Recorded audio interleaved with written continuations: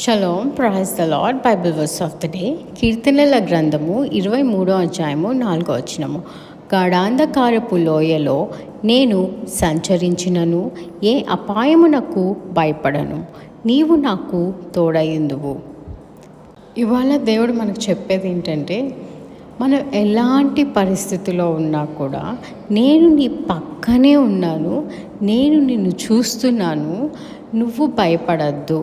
ఎలాంటి శోధన కానీ ఎటువంటి అపాయము కానీ నిన్ను ఏమీ చేయలేదు. నిన్నే కాదు, నీ కుటుంబాన్ని కూడా ఏమీ చేయలేదు. నువ్వు ఈరోజు ఒంటరిగా ఉండుండొచ్చు, నీకు తోడుగా ఉన్నాను. నీ పిల్లలు దూరంగా హాస్టల్స్లో ఉండుండొచ్చు, వారికి తోడుగా ఉన్నాను. ఒకవేళ నీ భర్త కానీ నీ భార్య కానీ వేరే జాబ్స్ వల్ల వేరే ఊర్లోనో వేరే కంట్రీలో ఉండుండొచ్చు కాక, అయినా నేను వారి పక్కనే ఉండి వారికి తోడుగా ఉన్నాను. ఏ అపాయము వారికి రాకుండా వాళ్ళని కాపాడుతాను. కాబట్టి నువ్వు ఏ పరిస్థితిలో ఉన్నా ఏ అపాయము నిన్ను ఏమి చేయదు.